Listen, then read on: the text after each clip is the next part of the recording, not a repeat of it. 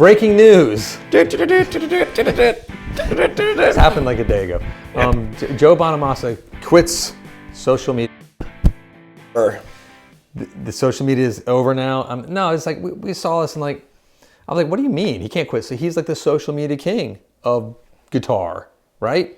He can't quit. So somebody, I'm not gonna mention the guy's exact tag because no, I'm not gonna. I don't believe in doing that. That was a little bit crazy. But no, some social media is very personal, and it becomes very toxic, and it becomes very troll ridden. And somebody just did a dig at Joe on like his hair. It's like looks like that hairline's leaving or something. Might as well shave it. Retiring, yeah. I mean, that is a kind of shitty thing to say to someone. But you know, it sucks. And like then Joe responded, and then like it hurt his feelings, obviously. And like it does, like believe it or not, when you say things on social media, it does hurt people's feelings. Sadly, and it can be. Everybody's like, "Well, what about all the positive comments?" It doesn't. You don't remember the. You don't remember those at all. You remember the mean ones. Now, don't get me wrong. We get loaded with mean and negative things because there's a lot of angry people out there that have nothing better to do. That's true, and it's okay. I sympathize. I used to be that person. Not really. I'm just trying to sympathize and empathize in a way that a sociopath would. Yeah. But no, but so I don't understand actually why I have never taken the time to write something mean. I hate you. I hope you die. Yeah, no. Or like I don't like the way you or your haircut. Like, if we canceled like us on the amount of comments we get on our haircuts.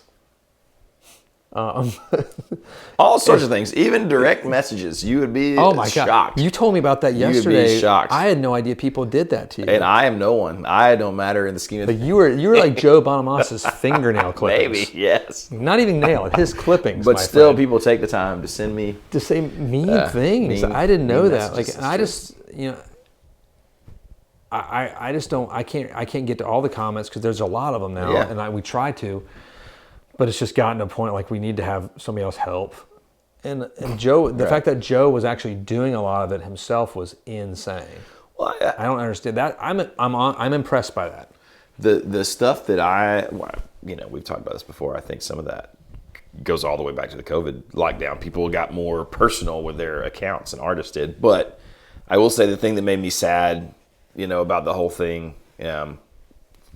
As far as seeing Joe Bonamassa, my favorite posts were the ones of just him sitting there playing, like warming up before a show. Not like a clip from his show or not, an interview, like where it's just him sitting there. And it looks like that's what he's cut out, right? His personal things that he posts. And like in the Sorkin Cup ball, he's done some mean things on social media too.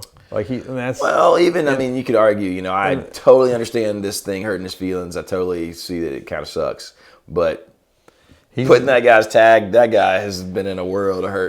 He did that with some guitar makers we know about too, and it was pretty vicious. And sending his fans on them like dogs. A legion of adoring fans, an army, if you will. And I adore his playing too. Sure. I think he's a phenomenal player. I look at, there's this one of my favorite YouTube videos. I go back to it once. I can't remember his name. I'm sorry, your channel, I forgot it. But he does like the top Joe Bonamassa licks, and it's like he breaks them down, and like I've watched that multiple times, and he does it so well, and I love just like exploring like Bonamassa licks. It makes me a better player. I like what he's done for blues music. I like that he's made guitar playing. I mean, not cool, but guitar playing like okay within all the groups that want to do it. Well, he's also bringing up a lot of. I think artists who we wouldn't know about that he's like working with to produce, him and Josh Smith. I mean, he's even involved in this last Eric Gales album that is, now nominated for a Grammy. So that's pretty crazy. And all the stuff he did with Beth Hart back in the day. I'm not going to go on those blues cruises. I don't want to go on a cruise. A blues cruise sounds like my idea of hell. If you'd like to bring me, Joe, I'll go. No, I would love to go. Well, yeah, but no, you'd have to pay to play on it, though. I think that's how that works, too. It's a weird setup. I would go, like, enjoy the blues cruise. But I don't think I couldn't, as like blues music and guys want to talk about blues guitar for a whole cruise, like, bro. I'd hide from those guys. I'd watch the shows and then go to the pool. That'd be it. I just want to stare into the ocean, the abyss of the darkness, and imagine Kate Winslet out there waiting for me.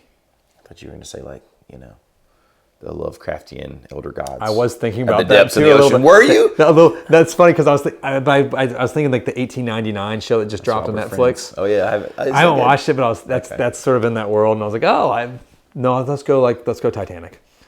That's where I went. No, it's tricky. I get great. why he wants to quit, and he probably should for mental health sakes.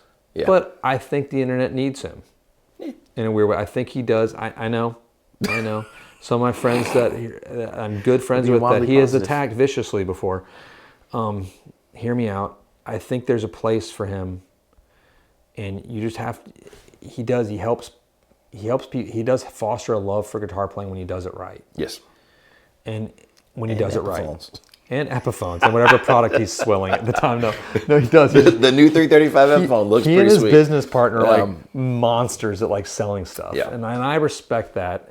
But besides that, I think when he does his one-on-one stuff where he just plays guitar in a room and talks about it. That's pretty darn cool. His passion for his toys.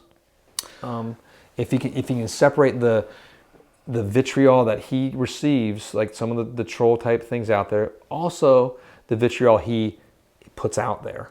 Well, sometimes if he can like just analyze all that and be like, hey, I'm done with this. Like, I do hate that he took the bait on that, right? Because there's no way for a guy as popular as him in that world can be seen any other way other than like punching down at a guy who has less than 10,000 Instagram followers, who made it, he said he was taking the piss. I know, which is my favorite because it was just like it was just a joke. I get it every day, and I'm not Joe Bonamassa. I get how it wears on a person, I do. But I just wish Joe could have been like, okay, instead of him making the comment, hey, well, I'm going to play a sold-out show, I wish he would have just thought that in his mind, taken a deep breath, and ignored it. And I understand him even saying that. It's just tough. It's just dumb. It's like you just have to ignore it. I don't know any other good way, positive way. You can't win, Unless like I have commented, replied some personally, like when somebody's like really super mean, I'll just say something funny, agreeing with them. You're like, very good at like I've actually you maybe the only person I've ever seen make a funny kind comment back to those guys and actually become friends with some of them, like the trolls, the horrible. No, because I think a lot of these people are they're insecure and about their own stuff, and then they wanna have friends, and they feel like they have these group of friends on this internet forum. That's where Instagram, the gear page, Twitter, Facebook, all these things create these this friendships, and there can be some genuine ones built from that too. Sure. But then they don't know how to interact with real people, and they forget that these are real people. Right. And you are hurting people's feelings. I don't want to be a self-help Dr. Phil person here, but it's like I can speak from direct.